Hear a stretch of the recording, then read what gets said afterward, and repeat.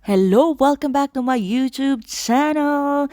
And this time, pupunta na tayo sa my birthplace ni Jesus Christ.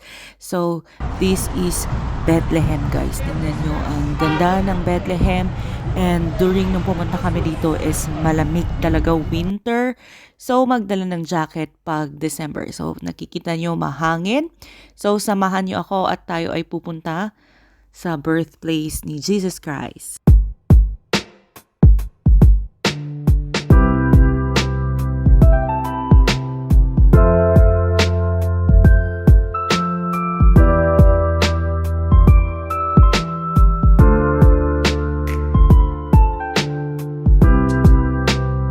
So ito yung sinasabi ko ng dito sa may Bethlehem, ang dami din palang mga stalls for ng mga souvenirs and may nakita nga kami na parang mas mura dito. So tip lang kung gusto nyo, dito na lang din kayo bumili. At least mas maraming options and hayan, from lahat ng mga ref magnets, ganyan, may mga bagahe pa. And sabi ko nga, mas maraming pagpipilian kasi mas maraming stalls.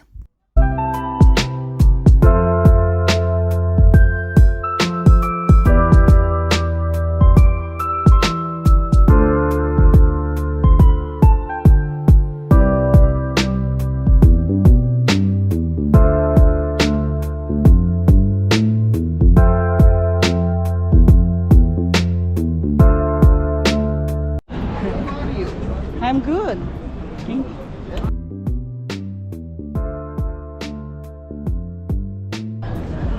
Tingnan nyo, parang may pagka-vegan vibes, no? Oo din. Parang nasa vegan na. Darna. Darna. Oh, Darna. Hindi. Alam nyo guys, minsan maganda ding mag-capture ng mga videos na ganito kahit na hindi vlog or something, at least na may memories, diba? Kasi hindi natin alam kung hanggang kailan tayo dito sa Holy Land. Hayan, papasok na tayo dito sa site kung nasaan yung birthplace. Kung makikita nyo, ito yung vlinag ko sa isang video ko. So, dito yung papasok. Dito din makikita yung Christmas tree, yung Bethlehem Capital City. And saktong-saktong may parade. Hindi ko alam kung anong meron. Kaya nga sabi namin, ano to, parang panagbenga, ganun. Pero, kaya gini-joke namin na, ay, may panagbenga din dito. Hindi lang sa Baguio. So, parang nasa Baguio na tayo, sabi namin. Siyempre, na-miss namin ang Pilipinas.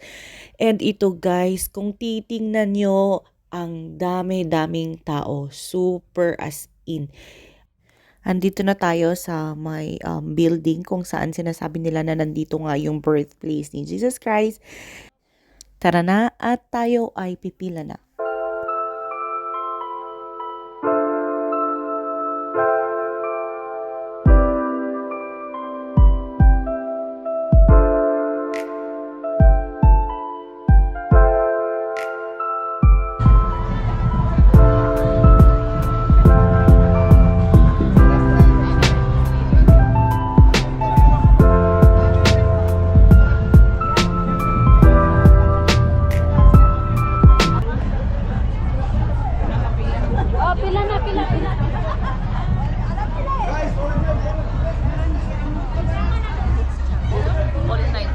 Ayusin nyo yung pila nyo.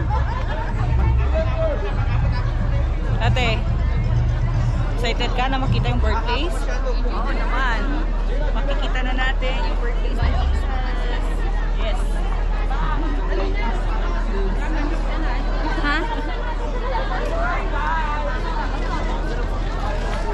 Daw niya is yung sabsaban. Kuya, biniblag kita. Ito yung star, nandito yung sabsaban, yung manger. As they believe, traditionally, they believe. Pero that happened 2,000 years ago. So I cannot become, I don't like to become dogmatic to say na ito talaga yung lugar. So parang But we are here in Bethlehem. Okay. And of course, the reason that we are here because the Bible says that he was born in Bethlehem. But to be sure, to be exact, kung saan dyan talaga siya ipinanat, itong lugar na ito, we cannot tell. That's why I don't like to become dogmatic. But traditionally, they believe that this is the place. So yan, papasok na tayo. Oh, Forward, forward! Ito na lang, screenshot mo. Excuse me, she wants to. Ala, hindi niya narinig. Ayaw ko niya, sorry. Pero hindi man ito ang exact place, pero for sure naman na ano na somewhere in this place. Somewhere in this place. Ano, kinakabahan ako. Ayan, nalilim na. Oh no. Ingat kasi ano. Ang daming tao.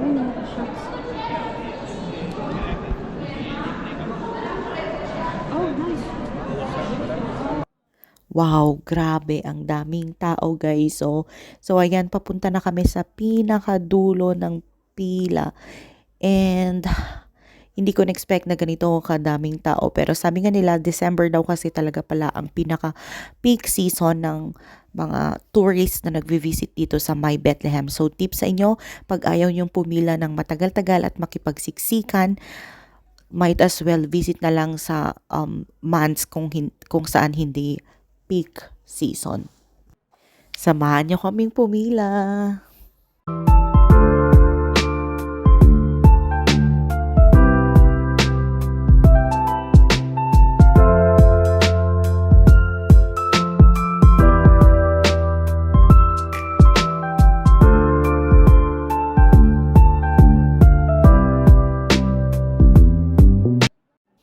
Ang layo-layo pa namin guys. Kung titingnan nyo, di ba, nakapalibot yung mga tao. So, ito yung isang entrance kung saan papasok. So, almost 3.5 hours kaming pumila. Mga 9 na kami andito, tapos mga past 12 na kami nakalabas. So, alam nyo ba sa kalagitnaan guys, sabi ko sa mga kasama ko, hindi ko na ata itutuloy, punta na lang ako sa bus and next time na lang na pupunta dito. Pero syempre, kailangan talaga ng patience, puti na lang tinuloy natin. So, ito yung sinasabi ko kanina guys sa inyo na isang pintuan na kailangan pang pumasok dyan.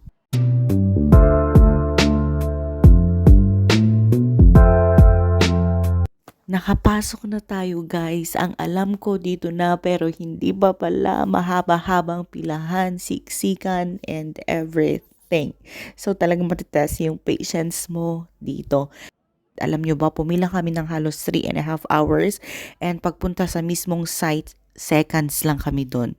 So yun nga yung sabi ko sa inyo, tip, kung gusto nyo talagang parang mas makita ng mas matagal yung birthplace, huwag kayong pumunta sa peak season.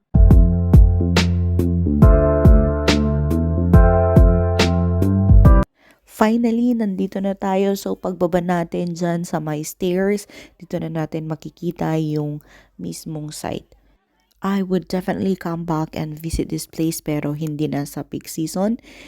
And I'm so grateful for the privilege of being able to visit here.